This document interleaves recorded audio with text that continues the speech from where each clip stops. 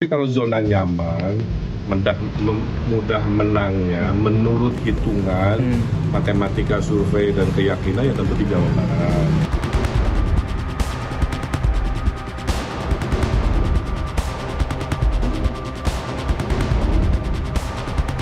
Kang Emil kita ucapkan Wilujeng Sumping di Jakarta. Selamat datang ya di Jakarta ya, yang pemilihnya berbeda dengan di Jawa Barat.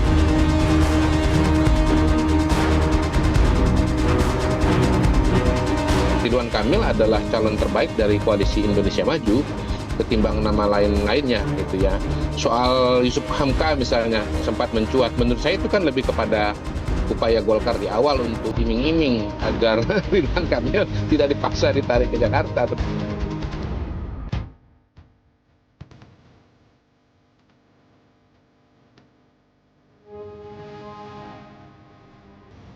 Ya kan udah jelas kalau Jawa Barat begitu, Jakarta siapa pasti nanya.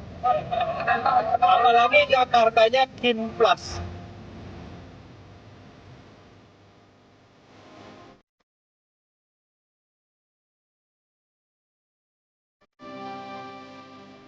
Kalau Kim Pes itu bisa hanya bikin satu calon pun, mereka tidak akan pernah berani, ini ucapan saya nih, bukan saya nantang orang ya, tidak akan pernah berani melakukan satu lawan kota kosong. Kalau dia berani, saya jamin Jakarta bisa bikin dia kalah dengan kosong.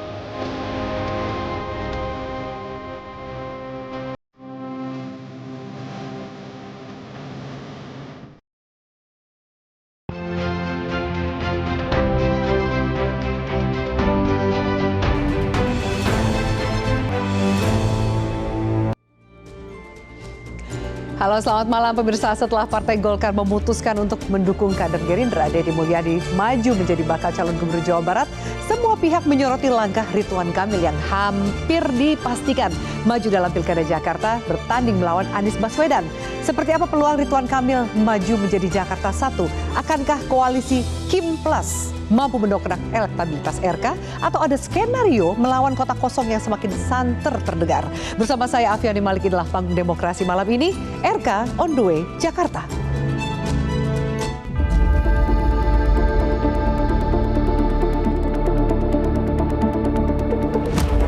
Setelah sempat galau, Partai Golkar akhirnya memutuskan nasib mantan Gubernur Jawa Barat Ridwan Kamil.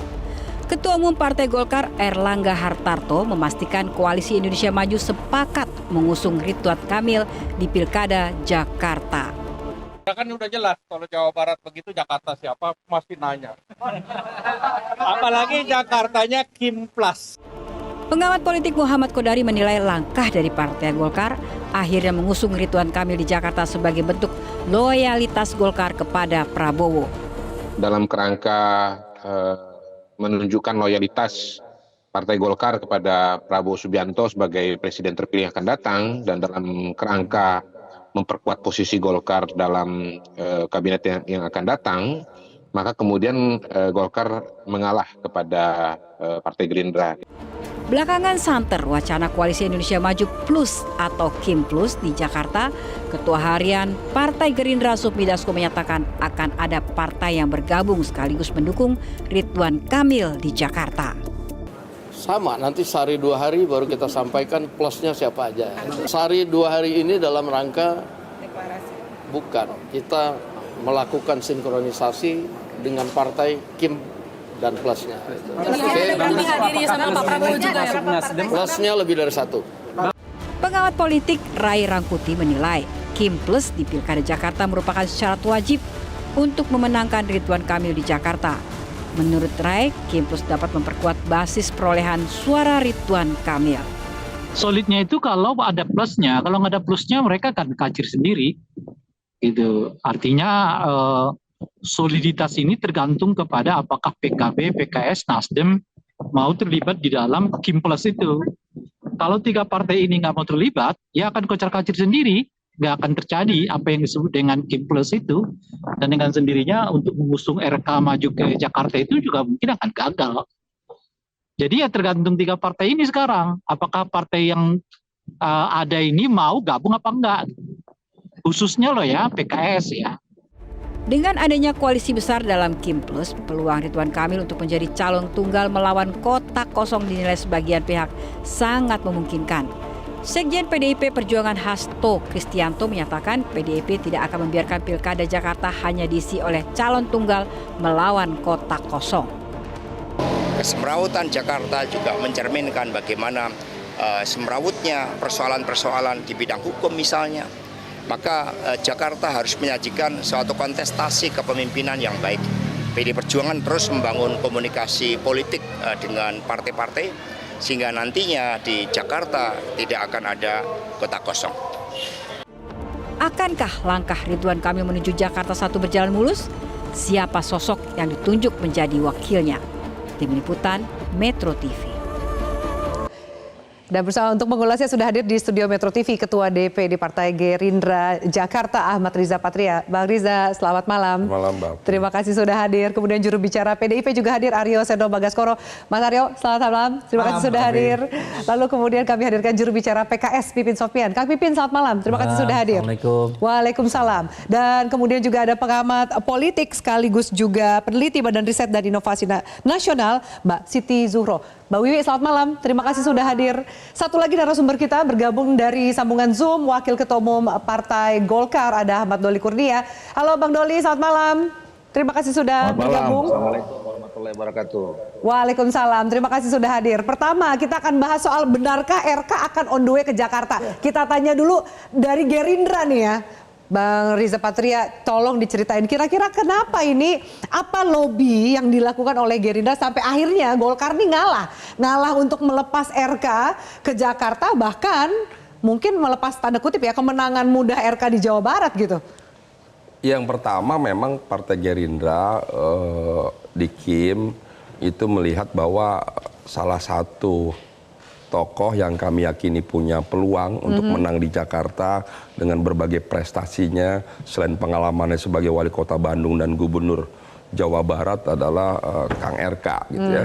Dan kami menghormati Kang RK sebagai kader Golkar yang juga sudah diberi surat tugas oleh Partai Golkar untuk dicalonkan di Jawa Barat dan di Jakarta. Sekalipun memang peluang Kang RK di Jawa Barat tentu lebih besar dari Jakarta. Yeah. Namun kami meyakini sekalipun Kang RK ini dibawa ke Jakarta, kami yakin Kang RK bisa menang di Jakarta. Atas dasar itulah kami dari Partai Gerindra sejak awal memberanikan ya, menyampaikan kepada Golkar, kepada teman-teman, kepada publik bahwa ini loh Gerindra mengusung Kang RK yang kebetulan adalah kader Partai Golkar. Kita biasa di antara kami di internal Kim itu saling mengusung, saling mengusulkan, sekalipun bukan kader sendiri, sekalipun setiap partai tentu selalu ingin kader terbaiknya hadir dalam berbagai kontestasi pilkada. Tapi kami juga biasa mengusung kader partai yang ada di Kim. Jadi itu sekira biasa saja, tidak ada yang luar biasa. Saya kira pada akhirnya semua partai kan melihat apakah yang diusulkan oleh Partai Gerindra kebetulan ya, atau partai lain juga di daerah lain memang bisa direspon positif, bahkan ditanggapi, bahkan disetujui. Itu melalui proses yang tidak sedikit, saya kira perlu proses. Bang Riza, tapi kan ini kan kader Golkar nih ya kan, bukan hanya melepas Kang Emil maju ke Jakarta, tapi juga Golkar akhirnya mendukung kadernya Gerindra loh, Deddy Mulyadi untuk maju gitu. Tapi pasti ada sebuah kesepakatan nggak sih? Oke, tujuannya memang menang, tapi kok bisa meyakinkan? Karena Golkar sempat mengajukan ada balun gitu misalnya untuk maju di Jakarta, itu iya, gimana? Kan Golkar kan melihat beberapa calonnya banyak di Jakarta. Sebelumnya juga ada Zaki Iskandar, ketua DPD sahabat saya, kemudian belakangan ada juga Erin Aksa, terakhir ada Babah Alun. Ya itu kan menunjukkan bahwa Golkar punya kader banyak yang dirasa punya kemampuan, termasuk Kang RK. Semua partai juga begitu. Kami di Gerindra juga awalnya mengusul 4 nama. Di PAN juga demikian, Demokrat. Semua partai-partai biasa, tidak hanya di Jakarta tapi di seluruh daerah. Setiap partai biasanya merekomendasikan, mengusulkan beberapa nama yang dirasa memiliki kemampuan. Namun pada akhirnya kan harus satu pasang calon. Akhirnya semua harus mengalah, tidak bisa. Tapi yang ini yang ngalah siapa? Banyakan Golkar kayaknya yang ngalah. Enggak, kalau kita mau jujur di seluruh Indonesia ya harus diakui Partai Golkar lebih banyak rasanya maju dalam lebih banyak maju dalam pilkada. Kalau lihat data ya, kalau lihat data di pilkada 2024 ini rasanya Golkar ya. Kita ikut senang lah. Partai Golkar luar biasa lompatannya kemarin perolehan pileg, kemudian di pilkada banyak kadernya yang tampil. Ya kita realistis saja. Sekalipun kami di Gerindra dan semua partai ingin kader-kader terbaiknya ikut maju, tapi memang harus diakui Golkar lebih banyak. Jadi ada hitungan realistisnya gitu ya. Saya sebelum melanjutkan pertanyaan ke Bang Doli, kita simak juga statement dari Kodari berikut ini.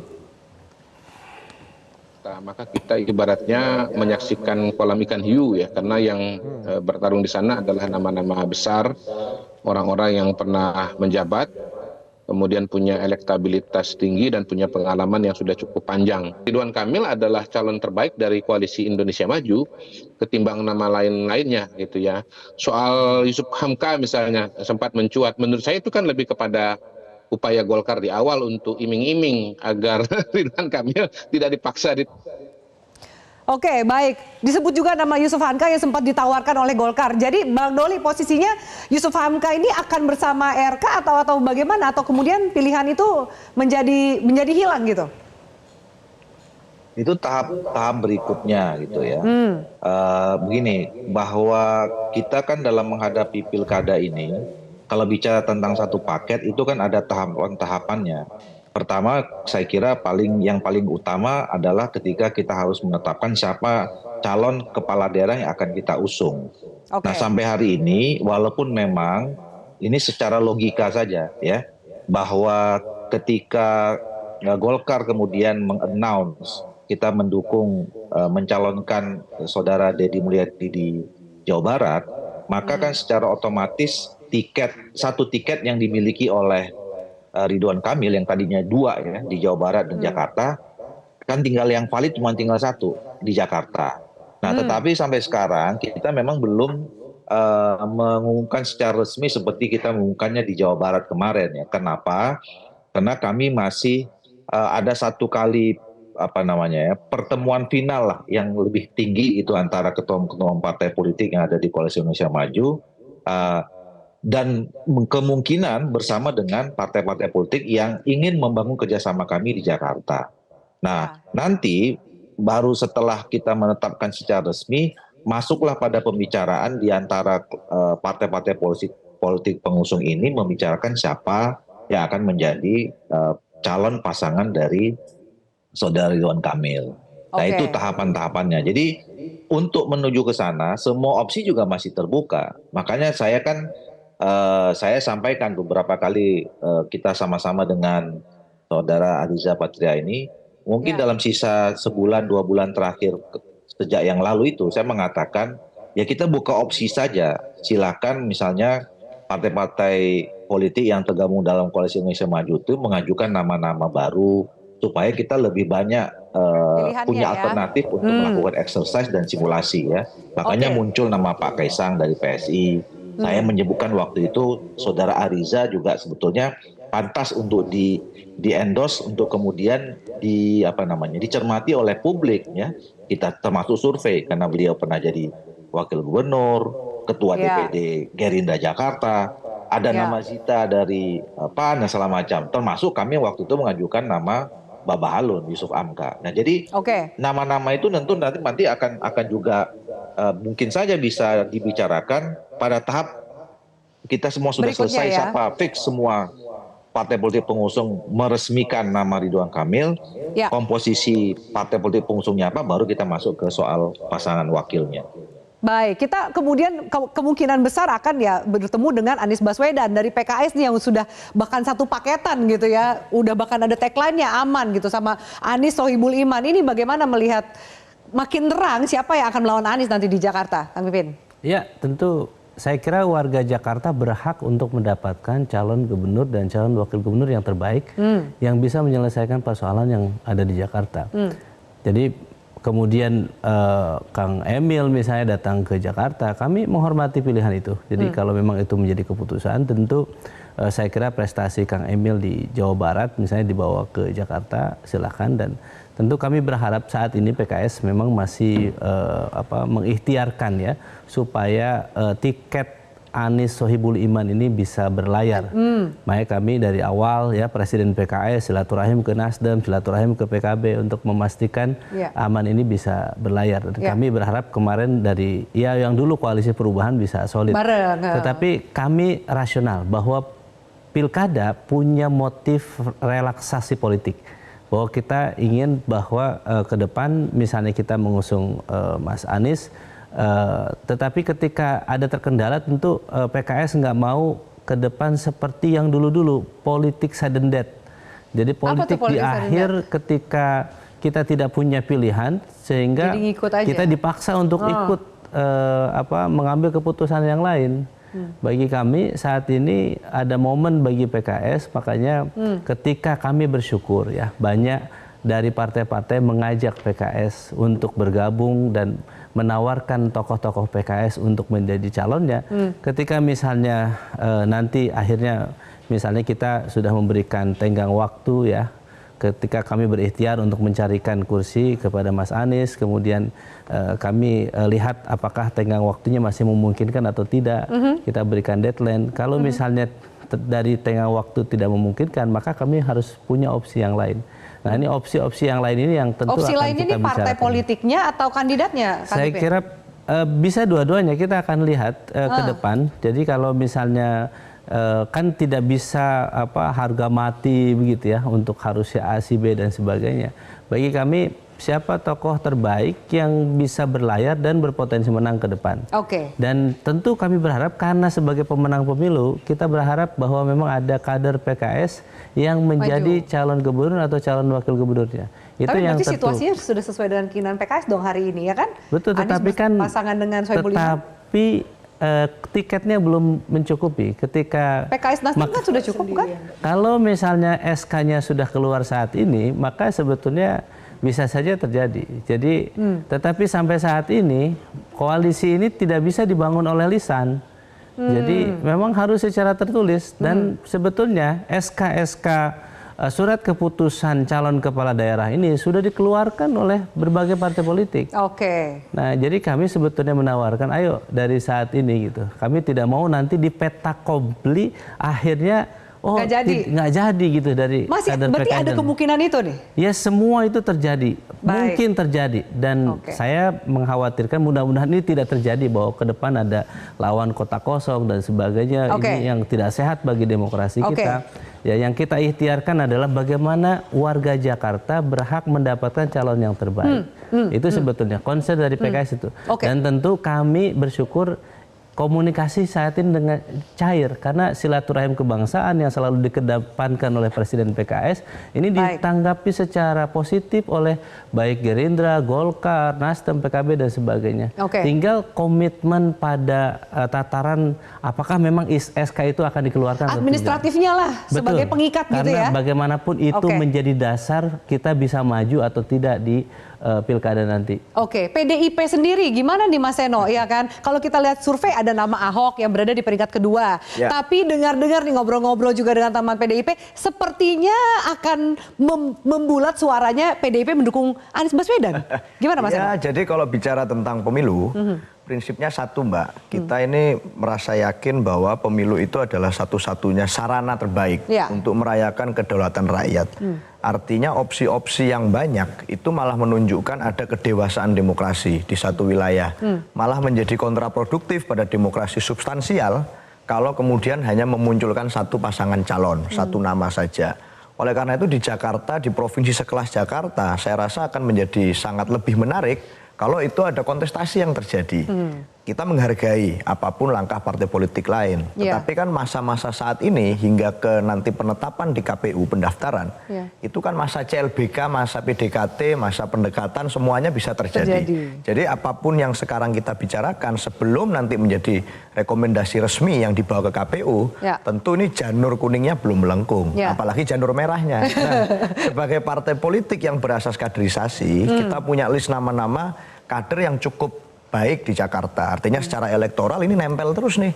Ada nama Pak Ahok yang muncul. Padahal Pak Ahok ini juga kalau bicara sebagai kader, ini sebagai politisi, beliau ini vakum ngomong politik cukup lama loh, karena bertugas sebagai komisaris di Pertamina. Tetapi namanya muncul sebentar di Pilpres, langsung ternyata elektabilitas tinggi. Artinya apa? PD Perjuangan punya basis suara elektoral yang cukup baik di Jakarta. Kami punya basis yang cukup banyak, mengakar. Dan itu kemudian kami hargai dengan mempertimbangkan kader-kader kami. Tapi tentu kami sambil ngobrol juga dengan kawan-kawan mitra-mitra partai politik yang lain.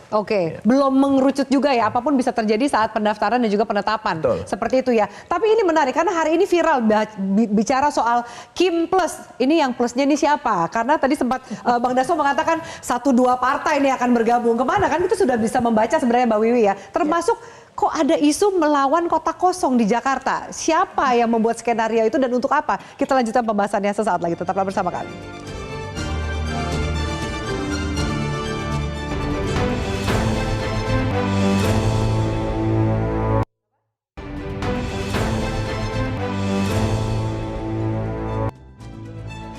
Oke, baik, kami lanjutkan pemirsa. Mbak Wiwi, saya minta tanggapan Mbak Wiwi sebelum kemudian kita bahas soal isu terbaru ya. Kim Plus, kota kosong. Banyak yang masih bertanya, ini sebenarnya ada apa? Golkar dianggap mengalah nggak sih untuk mengikuti maunya Gerindra gitu? Untuk akhirnya membawa Ridwan Kamil maju ke Jakarta.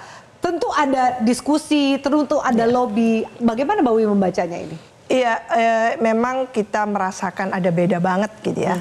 Kalau 2017 Pilkada Jakarta itu bisa sampai mencalonkan 3 pasangan gitu ya. Ada 3 pasangan calon sehingga berkompetisinya asik gitu ya, meskipun ada bumbu-bumbu yang kurang asik gitu ya. Tapi oke gitu, 3 pasangan calon. Saat ini seolah-olah yang terjadi adalah satu formula gitu, bahwa daerah-daerah yang sangat strategis dan sudah diperhitungkan harus ada di mana koalisi Indonesia Maju itu, bahkan plus tadi itu harus menang di daerah-daerah strategis. Kita khawatir sekali kalau itu diterapkan di Jakarta. Karena apa? Karena koalisi Indonesia Maju plus bukan berarti seharusnya gitu ya meniadakan gitu ya kemungkinan adanya kompetisi atau peluang calon lain. Tidak boleh seperti itu. Demokrasi itu memberikan peluang yang sama kepada warga negara yang memiliki kualitas atau kualifikasi yang memenuhi persyaratan. Jangan yang tidak memenuhi persyaratan dipaksakan memenuhi, sementara yang sudah memenuhi malah dipaksa mundur untuk nggak bisa maju gitu ya. Itu tidak boleh. Jadi nanti masyarakat akan memberikan penilaian yang sangat negatif kepada partai-partai. Tapi kalau argumentasinya sah-sah saja dalam politik, kok partai politiknya juga mau gitu kan, juga ada lobby, ada barter gitu. Misalnya contohnya pilkadanya langsung, katanya dari rakyat, oleh rakyat, untuk rakyat. Kalau begini caranya, artinya elit mendiktekan kepada rakyat. Jadi tidak ada maknanya sama sekali pemilu langsung tadi itu. Pilkada langsung yang katanya sangat memberikan kedaulatan besar kepada rakyat untuk memilih calonnya, tapi lalu calon-calon itu disedemikian rupa diberikan, katakan diseleksi oleh elit, dan ini yang boleh dipilih oleh rakyat. Itu kebalik-balik gitu. Kalau gitu sudah selesai aja, tidak perlu ada pilkada langsung gitu ya. Apalagi dipaksakan gitu ya, bahwa dengan koalisi besar tadi itu memang harus menang. Tapi rasanya menurut Mbak Wiwi koalisi besar ini akan terjadi nggak untuk menjegal salah satu kandidat? Dan menurut saya kecenderungannya akan ke sana. Akan ke sana. Apalagi kelihatannya gitu ya. Ini sangat kok nunjuknya ke PKS gitu ya. Kelihatan bahwa PKS ini akan ditinggal sendiri kan gitu. Sehingga dengan siapa? Sementara 18 kursi itu tidak cukup untuk harus berkoalisi untuk mendukung calonnya. Berarti kan yang tersisa hanyalah PDI Perjuangan. Kalau dengan PDI Perjuangan tidak ketemu, lalu dengan siapa ini kan gitu. Sementara sistem multipartai kita ini diharapkan mampu menghadirkan calon-calon pasangan calon yang oke. Tapi akhirnya dihadapkan pada calon-calon yang sangat sedikit dan bahkan direduksi menjadi cuma calon tunggal. Wah, ini menurut saya celaka betul. Itu tidak sehat lah untuk demokrasi kita ya Mbak Wiwi. Saya akan ketanya ke Bang Doli. Bang Doli, ini ada informasi nih, aku dengar bahwa kemudian akhirnya kenapa Golkar mengalah dan juga merelakan Ridwan Kamil maju ke Jakarta untuk lawan Anies Baswedan, ada lobby-lobby barter politik termasuk juga tambahan kursi menteri. Benar nggak sih Bang Doli? Enggak lah, itu kan pertama nggak ada istilah mengalah sebenarnya ya. Yang kedua Golkar nggak begini, ngerasa nggak saya mengalah kan ya? selalu menjelaskan ya, selalu menjelaskan bahwa sebenarnya dalam menghadapi pilkada ini, Golkar berada dalam dua hal yang perlu diperhatikan. Yang pertama adalah dalam mengusung kader atau kemudian calon kita itu harus dipastikan punya peluang untuk menang. Potensi menangnya itu harus besar. Ya. Nah, yang kedua juga sering saya katakan ya bahwa Golkar ini sekarang adalah bagian dari Koalisi Indonesia Maju yang kita punya cerita sukses ya kemarin di Pilpres, dan kita udah sepakat bahwa 5 tahun ke depan sebisa mungkin Koalisi Indonesia Maju ini dipertahankan dan dirawat karena kita membutuhkan sinergi untuk menghadapi tantangan 5 tahun ke depan pemerintahan yang akan datang itu. Nah, termasuk menghadapi agenda pilkada. Nah, jadi sebenarnya dua pertimbangan itu. Nah, seminggu terakhir ini ya kita semakin intensif. Jadi dalam 3 minggu kita ketemu di semua tingkatan, mulai dari DPD Partai Golkar Provinsi Jawa Barat dengan Gerindra di Jawa Barat, Jakarta juga dengan demikian, di level DPP juga seperti itu. Sampailah 3 hari terakhir ini sudah ada komunikasi walaupun via telepon antara ketua-ketua partai politik itu. Makanya sudah mengarah kepada 2 putusan di Jawa Barat, Deddy Mulyadi, dan insya Allah nanti Ridwan Kamil di Jakarta. Nah, jadi sebenarnya kita sudah menemukan ya formulasi baru bersama yang tadinya kalau kalkulasi masing-masing. Ini kita sudah punya kalkulasi bersama, kemudian formulasi baru yang kita menganggap bahwa insya Allah 2 tadi hal yang terpenuhi ya, soliditas, sinergitas antara Koalisi Indonesia Maju tetap dijaga dan potensi menang di 2 daerah ini itu juga besar. Nah, yang kedua yang perlu saya tanggapin adalah sebenarnya Jakarta ini nggak ada bedanya pilkada Jakarta dengan daerah yang lain. 545 kabupaten, kota, dan provinsi. Ya, sama. Apa samanya? Semua partai politik tadi yang saya katakan ingin menang. Tidak ada partai politik atau calon kepala daerah, wakil kepala daerah yang ikut kontestasi nggak mau menang. Semuanya mau menang. Nah, untuk menang itu tentu kan kuncinya adalah meraih dukungan sebesar-besarnya. Ya. Nah, 2 meraih dukungan itu. At the end memang yang menentukan adalah dukungan dari rakyat gitu. Tetapi proses politik kita kan juga kita sama-sama tahu diatur dalam undang-undang bahwa pencalonan calon kepala daerah wakil kepala daerah oleh partai politik. Nah, bagi kami sebenarnya yang nggak ada pretensi kemudian nanti terjadi tadi ya seolah-olah kita mau mengharuskan kota kosong. Yang kami kerjakan sebagai partai politik adalah meyakinkan setiap orang, termasuk partai politik, bahwa calon kami ini adalah calon yang baik. Nah, kalau kemudian partai politik itu menerima apa yang kami tawarkan, alhamdulillah. Nah, kalau tidak kan juga lain ceritanya. Jadi ini kan semua sedang dalam proses itu. Dan di tempat yang lain juga sama prosesnya, nggak ada bedanya dengan di Jakarta. Banyak juga di tempat Jadi yang lain. Jadi nggak ada niatan bikin koalisi besar untuk menjegal lawan tertentu, bahkan nggak dapat tiket. Saya tidak mau mengandai-andai, karena sebetulnya begini, kita ini kan juga harus menghargai partai politik masing-masing ya. Kita sudah 26 tahun reformasi, dan di dalam alam reformasi ini demokrasi kita yang kita junjung tinggi, di dalamnya salah satu pilar demokrasi itu ada partai politik. Saya kira partai politik kita sudah juga cukup matang ya. Kalau kita berkomunikasi, kita meyakinkan ya, mereka juga memutuskan juga saya kira dengan otoritas kedaulatan mereka masing-masing. Mau ikut pilihan siapa atau mendukung pilihan sendiri dan seterusnya, saya kira itu tergantung kedaulatan dan kewenangan partai politik masing-masing. Nah, jadi makanya kita lihat aja, kami menawarkan ini. Ya, alhamdulillah Koalisi Indonesia Maju sudah setuju. Nah, tapi kemudian ternyata kami mendapat bahwa ada partai politik di luar Koalisi Indonesia Maju yang mencoba menilai bahwa calon yang kami usung ini mereka anggap baik juga. Nah, ini kan kita nggak bisa mengatakan nggak boleh kan, kira-kira gitu. Oke, Saya tanya ke Kang Pipin ya kan, bagaimana dengan jawaban, ini agak berbeda dengan statement yang disampaikan oleh Mbak Wiwi ya. Kalau itu kan partai politik bebas aja, kalau mau gabung ya udah, enggak ya nggak apa-apa. Tapi kan ada lobby, ada negosiasi, macam-macam ya, ada transaksi mungkin iming-iming gitu. Nah bagaimana PKS melihat ini, bahwa bisa saja yang terjadi yang disampaikan oleh Mbak Wiwi itu benar, bisa kejadian gitu, bahwa Anies bisa jadi nggak melenggang. Ya betul, dan kita sudah mengantisipasi itu sejak awal. Waktu Pilpres juga kita pernah mengalami pada titik itu. Dan saat ini di Pilkada, di berbagai daerah, bahwa calon dengan elektabilitas tinggi dan kemudian tidak mendapat rekom partai, sehingga melawan kotak kosong juga terjadi di berbagai daerah.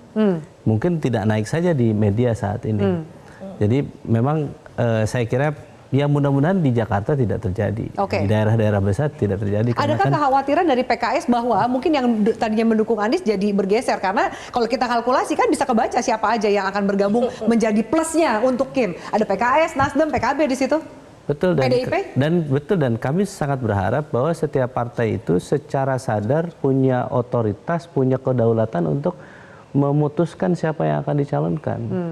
Dan saya kira ketika kita berusaha sejak awal, kenapa kita memutuskan misalnya mengusung Pak Anies dengan Pak Sohibul Iman, kami sebetulnya khawatir terjadi seperti dulu, ya, bahwa di akhir-akhir baru keputusan, akhirnya calon yang kita tawarkan tidak lanjut misalnya. Dan politik sejak dini ini yang kita ingin supaya masyarakat tahu bahwa ini calon yang akan kita usung, prestasinya, kinerjanya, rekam jejaknya, rekam gagasan dan sebagainya. Sehingga bagi kami masyarakat yang harus diuntungkan dalam proses pilkada ini. Dan bagi PKS tentu ya kami ingin, kenapa kader kami yang harus kita ajukan? Karena ketika menjadi kader, kemudian kader ini menjadi pejabat publik, maka kita bisa memaksimalkan ikhtiar untuk berkhidmat untuk masyarakat, melayani masyarakat. PKS dipercaya oleh warga Jakarta menjadi partai pemenangan pemilu, maka wajar kalau kami mencalonkan kadernya. Terus kemudian kalau misalnya ini tidak bisa berlayar, misalnya Anies Sohibul Iman, maka kan perlu opsi yang lain yang perlu kita pikirkan. Sudah terpikirkan opsi itu tentu banyak, karena tawaran ini kan tidak hanya dari satu kubu, di hampir setiap partai politik dalam hajatan pilkada, tawar-menawar itu selalu ada. Nah, tetapi kan yang prioritas pertamanya adalah tadi kami sudah berikhtiar, memaksimalkan ikhtiar. Pak Saihu sudah ketemu Pak Surya Paloh ke Nasdem tawar. Pak Saihu datang ke Harla PKB untuk menawarkan, ayo Gus Imin kita ajak gabung untuk memilih aman ke depan. Dan kemudian sampai saat ini belum ada, dan kemudian Pak Anies kita juga sampaikan, Pak Anies ini luar biasa, tokoh calon gubernur yang secara khusus di-endorse oleh Presiden PKS supaya mendapatkan pasangan koalisi begitu. Yang lain tuh tidak seperti itu sebetulnya yang agak membedakan. Ya akhirnya kami sampaikan kalau sampai tenggat waktu tertentu misalnya tidak bisa dapat pasangan, kami sampaikan, maka kami mohon maaf karena kebijakan partai ini kami mendapatkan masukan dari bawah, dari kader kami di Jakarta, struktur PKS, bahwa kami menghendaki bahwa kader PKS harus terus menjadi calon gubernur atau calon wakil gubernur. Kemudian ada penolakan dari kader PKS ketika mencoba mengajak PDIP untuk bergabung mendukung Anies? Kita dengar jawabannya usai jeda, tetaplah bersama kami.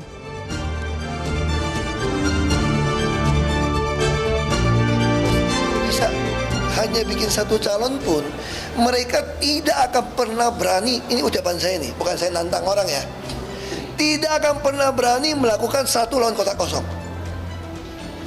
Kalau dia berani, saya jamin Jakarta bisa bikin dia kalah.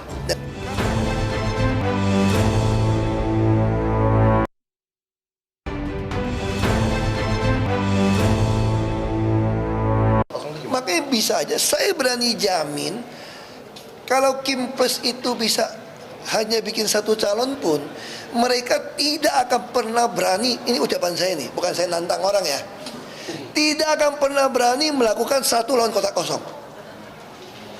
Kalau dia berani, saya jamin Jakarta bisa bikin dia kalah dengan kosong. Makanya akan terjadi mungkin pola ada calon independen yang muncul. Bisa dilihat karena kan saya nggak tahu, karena nggak gampang ngumpulin, kan dulu kan udah independen nggak bisa lolos toh. bikin list gak sesuai, tentu lolos. Nah itu bisa kita melihat. Saya kira kalau Kim Plus berhasil, dia pasti akan lawan. Oke, baik. Kami lanjutkan pemirsa. Mas Seno menanggapi tadi statement dari Pak Ahok gitu soal bahwa ini Kim nggak akan berani lawan kota kosong. Kekhawatiran dari PDIP adalah ada upaya untuk kompetisi ini kandidat lawan kota kosong. Seperti apa pandangan PDIP? Ya saya nggak tahu apa yang kemudian menjadi pemikiran teman-teman Kim. Itu merupakan otoritas kawan-kawan yang di partai-partai Koalisi Indonesia Maju. Iya. Tapi concern kami sebenarnya tetap sama, Mbak. Bahwa pemilu itu seharusnya bukan menjadi bagian dari konsensus elit, kesepakatan elit. Kalau di provinsi-provinsi besar, kemudian seluruh partai politik rembukan sendiri, menentukan namanya siapa dan di mana-mana diajukan dengan pola seperti itu, misalnya. Ya benar kata Prof. Siti Suro tadi, kita nggak perlu ada pemilu, ya langsung ditunjuk langsung aja sebaiknya gitu untuk menjadi pemimpin. Tapi kan hari ini kita masih menganggap ini penting. Oleh karena itu di Jakarta kita juga perlu waktu untuk berproses menentukan nama yang paling tepat. Kita tahu dari pengalaman pilkada-pilkada pemilu sebelumnya, belum tentu siapa cepat dia dapat. Artinya dinamika itu akan semakin banyak perubahan yang terjadi, itu mendekati menit akhir. Injury time ini sangat menentukan di pilkada. Jadi kita masih berproses di situ. Tetapi kita yakin bahwa masyarakat Jakarta dengan level kritisisme sekelas Provinsi Jakarta, ini kayaknya kok aneh kalau itu menjadi kota kosong. Saya rasa itu akan sangat menjadi tragedi ya di pemilu kali ini kalau itu sampai melawan kota kosong. Jadi kami berkomitmen untuk menyiapkan nama-nama. Dengan Pak Anies, nama Pak Anies masuk di dalam usulan dari kawan-kawan DPD kepada kami. Jadi nama beliau kita pertimbangkan betul menjadi mitra diskusi, mitra ngobrol teman-teman yang mendukung Pak Anies ini telah berjalan. Jadi relaksasi politik itu memang terjadi di pilkada. Logikanya tentu berbeda dengan pilpres. Faktanya di berbagai kabupaten kota hari ini yang kami sudah mengeluarkan surat rekomendasi, kami juga menjalin kerjasama politik yang baik kok dengan semuanya, termasuk partai-partai dari Koalisi Indonesia Maju. Termasuk dapat tawaran nggak PDIP untuk gabung ke Kim Plus? Yang untuk di mana? Di Jakarta? Iya. Ya tentunya di semua daerah kita PDKT itu ada, PDKT semuanya pasti berjalan. Apa sih yang ditawarkan kalau PDKT kan ada penawarannya, ada janjinya, apa itu yang ditawarkan oleh Kim Plus? Semua kalau bicara pilkada pasti bicara tentang kemenangan pemilu, tetapi kita hari ini juga punya kepentingan dan tanggung jawab konstitusional untuk mencalonkan nama-nama yang kami rasa bertanggung jawab, termasuk dari kader kami sendiri. Kami masih mendapat kursi yang cukup signifikan di Jakarta, sehingga tentu itu membekas di memori masyarakat Jakarta. Oleh karena itu kami juga sebagai partai yang berasas kaderisasi, ada tanggung jawab untuk mengajukan nama dari internal kami juga. Saya rasa itu. Pokoknya PDIP merasa nggak lah, kemudian akan mengajukan kompetisi yang baik lah. Nggak ada siapapun kandidat itu maju lawan kota kosong. Insya Allah kita akan punya calon sendiri. Berbeda dengan calon yang hari ini sudah didukung oleh teman-teman Kim Plus. Oke, kita lihat seperti apa. Nah, Bang Riza, dari Gerindra ini gimana? Tanda kutip ada Gerindra, ada Golkar yang jadi partai besar, motor dari Kim Plus nih kan. Plusnya itu Bang Dasko bilang 1-2 hari lagi akan diumumkan. Dan benar nggak Kim Plus dibikin supaya memang arahnya ke kota kosong ini untuk Jakarta? Menang mudah lah buat RK. Iya, enggak. Tentu yang namanya berjuang itu nggak ada yang mudah. Ya, kalau lawan kota kosong mudah lah ya. Atau jangan-jangan kota kosongnya bisa menang. Tanda kutip kalau disampaikan oleh Ahok tadi kan lawan kota kosong tuh ngeri. Kita belum sampai bicara kota kosong ya. Jadi Kim itu tentu ingin menghadirkan calon-calon yang terbaik dari partai-partai yang ada di Kim. Tapi kan prakteknya karena kita ingin menang, ya selain ada calon dari internal, bisa saja calon dari partai-partai di luar Kim. Itu terkait dengan pasangan yang diusung. Kedua, terkait koalisi juga demikian. Selain partai-partai yang ada di Kim, kami juga selalu mengajak partai-partai di luar Kim. Itu terjadi tidak hanya bagi partai Gerindra, Golkar, dan lain-lain. Semua partai termasuk di luar Kim juga melakukan hal sama. Di seluruh daerah dari 545 pilkada itu biasa. Dengan PDIP juga banyak kita berkoalisi. Ya. Begitu juga di Jakarta. Di Jakarta karena dianggap strategis, ini menjadi pemikiran yang panjang dan kita ingin menang. Alhamdulillah, di beberapa provinsi termasuk di Jakarta bisa solid. Tidak semua Kim itu satu nama, ya kan? Di beberapa daerah di dapil saya saja. Di Banten belum di Banten putus nih. Dengan Golkar, Gerindra justru berkompetisi. Itu sehat saja, nggak usah jadi masalah kan. Jadi nggak pernah juga kita maksakan harus Kim. Kebetulan di beberapa daerah termasuk Jakarta kita kompak dan solid satu nama. Tapi kenapa Kimnya mesti plus, Bang? Apa nggak pede kalau Kim doang gitu tanpa plus gitu bisa melenggang dengan mudah di Jakarta? Tadi kan Bang Doli kan sudah menjelaskan, Bung Doli, bahwa biasa kami itu bukan cuma di DKI tapi di semua partai juga mengajak partai lain ya. Masalahnya kan tinggal kembali ke partai tersebut, merasa nyaman nggak, oke nggak dengan tawaran kami. Ya. Partai lain punya hak, punya konstitusi internal, punya kedaulatan masing-masing. Kalau merasa nyaman dan mantap, itu hak mereka. Kita juga dengan senang hati menerima berapapun partai yang ada di luar KIM, kalau ingin bergabung, ya alhamdulillah. Karena setiap keputusan partai masing-masing selain mereka berdaulat, keputusan diambil itu penuh konsekuensi, ada nilai positif negatif setiap bergabung dalam pilkada. Ya. Kami juga demikian ketika mengusung partai kader internal, ada positifnya, ada negatifnya. Begitu juga kita mengusung kader lain juga demikian. Tapi yang pasti kami di KIM ini selalu ingin tidak hanya menang, tapi menghadirkan calon-calon terbaik ya. Karena ke depan agar proses pembangunan berjalan baik. Menurut kami di KIM, calon yang terbaik untuk Jakarta adalah Kang Ridwan Kamil. Gitu. Udah ngebahas soal wakilnya juga belum? Ya tentu banyak nama yang muncul. Saya kira ini mulai hari ini, mulai kemarin-kemarin silakan semua partai mengusulkan nama-nama, itu hak. Tidak hanya dari internal KIM, tapi di luar KIM juga kalau bergabung, kita beri kesempatan dan hak untuk mengusulkan nama. PDIP pokoknya gabung, boleh silakan dong. Semua partai biasanya kalau ingin bergabung mengusulkan nama. PDIP bergabung mengusulkan nama, PKS bergabung mengusulkan nama. Tidak hanya Demokrat, PAN, apalagi semua partai. Boleh PSI, bahkan yang non parlemen juga boleh. Ini hak. Bahkan di luar partai juga boleh kalau masyarakat mengusulkan nama siapapun sebagai wakil Kang Emil, itu hak. Jadi saya kira itulah demokrasi kita. Jadi semua partai sekalipun dia berdaulat punya hak, ya kita juga beri kesempatan pada masyarakat untuk menyampaikan. 1-2 hari lagi akan diumumkan, sebenarnya berarti udah mengerucut kan? Namanya tinggal diumumkan lagi atau masih ada yang kurang dengan 1-2 partai akan jadi plusnya Kim? Ya 1-2 nama disampaikan Bang Dasko tadi kan adalah partai-partai yang ingin bergabung di luar KIM. Ya kita tunggu nanti Bang Dasko akan menyampaikan itu. Kewenangannya biar di DPP lah, bukan DKI. Bukan DKI. Oke, kita lanjutkan Mbak Wiwi. Seperti yang kita duga ya, bahwa kemudian partai mengatakan ya sah-sah saja, itu biasa dalam lobby partai politik. Tapi bagaimana dengan kualitas demokrasi? Apa iya di Jakarta nggak bisa memberikan persaingan yang sengit namun sehat? Kita lanjutkan usai jeda pemirsa. Jawaban dari Mbak Wiwi tetap bersama kami. Jakarta kita tunggu, kan selama ini ada Pak Anies ya, terus ada juga ini yang terbaru Pak Ridwan Kamil. Kalau saya pribadi disuruh, diminta untuk bisa nanti oleh masyarakat untuk maju ke pilkada, melawan Pak Anies saya berani, melawan Pak Ridwan Kamil pun saya berani.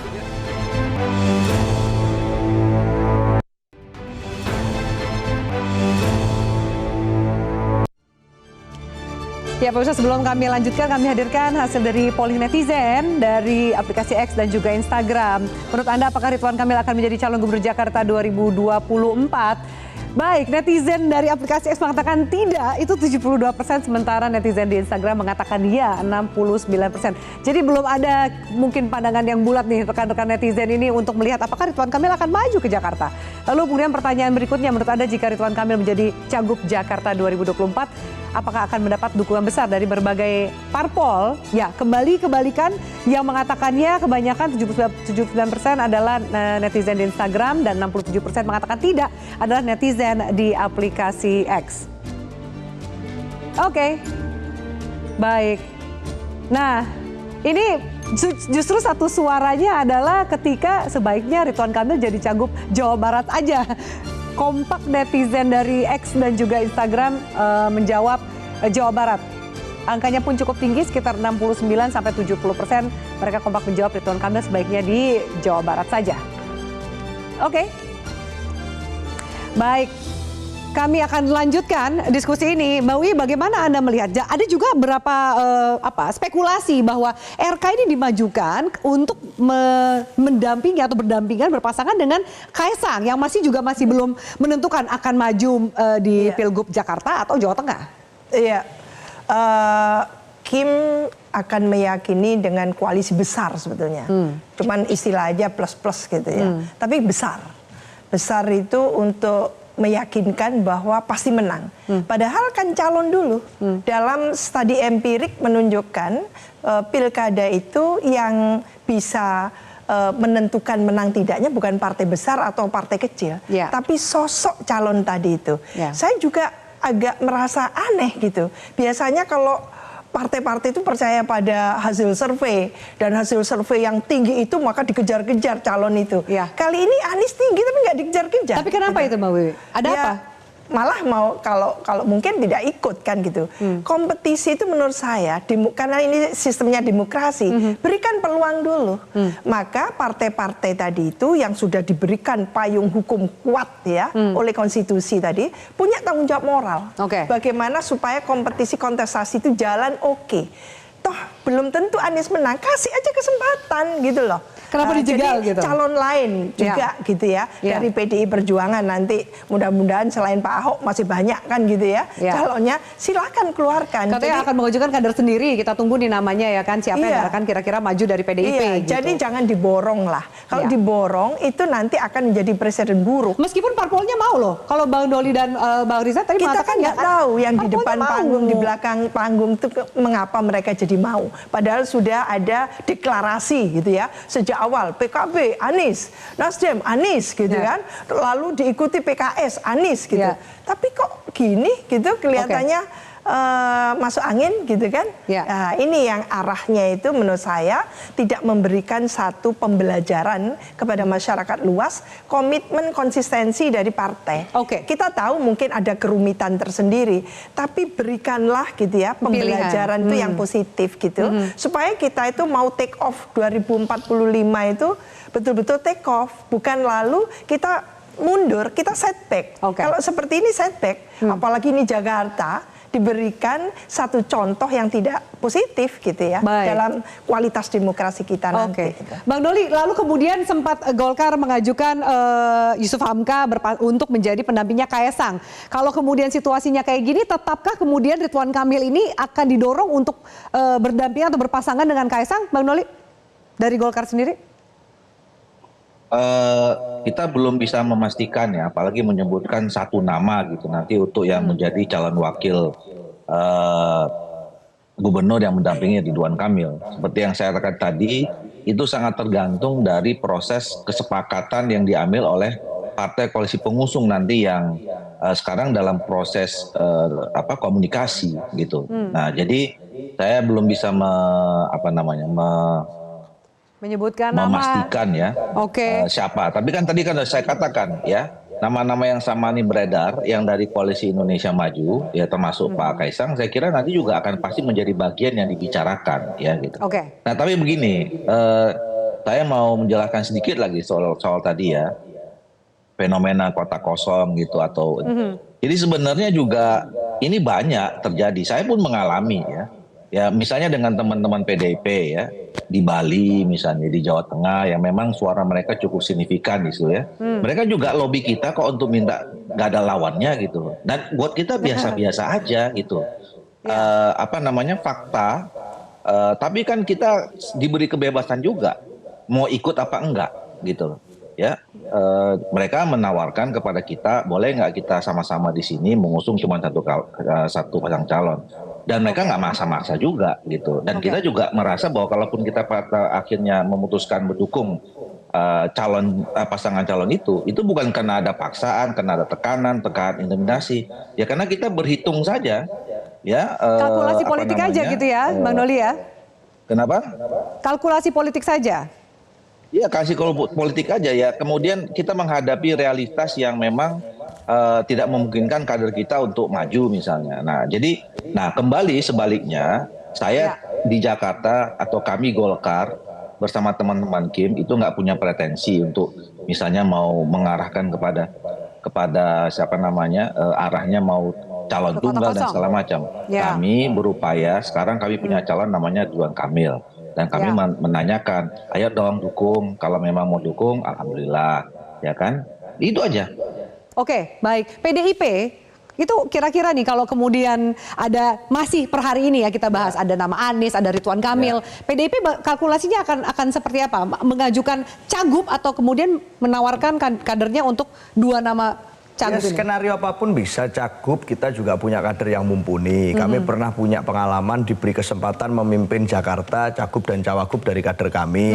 Artinya secara gen kolektif, DNA-nya itu kami punya pengalaman rekam jejak itu. Sehingga untuk mengajukan baik di nama calon gubernur maupun calon wakil gubernur, kami siap dengan skema-skema tersebut. Apalagi Jakarta ini kan etalase, artinya kepemimpinan nasional, politik nasional, ekonomi nasional, sentralnya ini di Jakarta, bukan kelas masalah kabupaten kota yang lain-lain gitu, yang kemudian bukan menjadi etalase. Ini Jakarta loh, artinya harusnya demokrasinya paling hidup di sini. Tapi lawan Kim Plus ini berat loh, Ya untuk pasti, PDIP, apapun lawan PKS, siapapun Nasdem. itu, dalam pilkada pasti berat, tidak ada yang mudah. Karena apapun kita merasa bahwa yang penting itu bukan orangnya siapa satu, tetapi gagasannya dulu apa. Dia dibutuhkan oleh rakyat nggak? Dia diminati nggak? Dia diminta nggak oleh masyarakat untuk maju ke sana? Dia dianggap cocok nggak maju dan memimpin daerah itu untuk menjawab tantangan 5 tahun ke depan? Itu dulu, baru namanya kita cocokkan, lalu tiketnya kita kumpulkan itu, Mbak Afi. Itu strategi dari PDIP. Terakhir, Kak Pipin, menjawab Kim Plus ke depan, kompetisi, mungkin godaan lobby-lobby, termasuk apa probabilitas akan bertemu dengan kota kosong, kan semua akan membicarakan dan mengkhawatirkan itu. Kami di PKS itu punya mekanisme pengambilan keputusan yang cukup established yang disebut dengan musyawarah. Pimpinan PKS di badan pekerja musyawarah untuk menentukan siapa yang akan diusung. Dan bahannya adalah masukan dari berbagai kalangan. Kami tentu akan dengarkan bagaimana kader struktur PKS, juga para tokoh, alim ulama, ya, para habaib, juga berbagai profesi masyarakat, untuk kita ketahui kira-kira mereka ingin PKS mengusung siapa. Dan kalau misalnya tentu kita akan sampaikan juga kepada mereka bahwa misalnya calon yang kita usung tidak bisa, maka perlu ada alternatif lain, karena PKS tidak punya kemewahan untuk mendukung secara satu partai penuh untuk maju di pilkada, maka perlu ada alternatif. Nah, apa panduannya adalah maslahat dan madaratnya. Kira-kira maslahat untuk masyarakat Jakarta atau masyarakat di daerah-daerah yang lain, siapa yang akan kita calonkan. Nah, disitulah yang akan menjadi pertimbangan, dan kami tentu juga ya membiasakan diri tadi syuro ini, apa, kami meyakini kalau keputusan syuro itu ada memberikan keberkahan. Ketika diputuskan tidak oleh preferensi satu orang, tetapi memang ini adalah kumpulan dari berbagai pemikiran. Baik. Terakhir Bang Riza, ke depan gitu, melihat kompetisi Jakarta mewakili Gerindra gitu, jaminan bahwa Kim nggak akan memberikan kompetisi yang sehat, dan kemungkinan kalau ada kotak kosong bukan gara-gara Kim nih, plus lagi. Ya tadi disampaikan oleh Bung Doli bahwa setiap partai punya hak, punya kedaulatan. Tentu kami ya, selain ingin solid di Kim, kami terus mengajak sebanyak mungkin partai di luar Kim. Itu terjadi di seluruh pilkada. Tapi kalau diajak semua ya kotak kosong lah, Bang. Ya Bisa kalau jadi. soal kota kosong, apakah pasangannya 1, 2, 3, itu kembali kepada partai masing-masing. Setiap partai punya hak, termasuk PDIP, PKS, ada PKB yang di luar, ada Nasdem. Semua punya hak, ada Perindo juga ada di Jakarta. Jadi saya kira itu biasalah dalam pilkada kita ini, dalam berapa tahun ini. Demokrasinya memang demikian, diatur oleh undang-undang. Ada calon yang diusung oleh partai politik, ada calon yang diusung oleh independen, calon independen. Kemudian nanti semuanya kita kembalikan kepada rakyat untuk memilih, dan juga kepada parpol untuk mengusung pasangan calon. Jadi sekali lagi itulah demokrasi kita hari ini. Ke depan dengan berbagai kelebihan dan kekurangannya tentu terus akan diperbaiki. Kita lihat seperti apa siapa yang akan maju untuk berebut Jakarta 1. Akankah fenomena kotak kosong terjadi di Jakarta? Kami tutup panggung demokrasi pada malam hari ini. Terima kasih banyak atas narasumber untuk diskusi kita, dan pemirsa terima kasih banyak atas atensi Anda. Kita jumpa pekan depan. Selamat malam, sampai jumpa.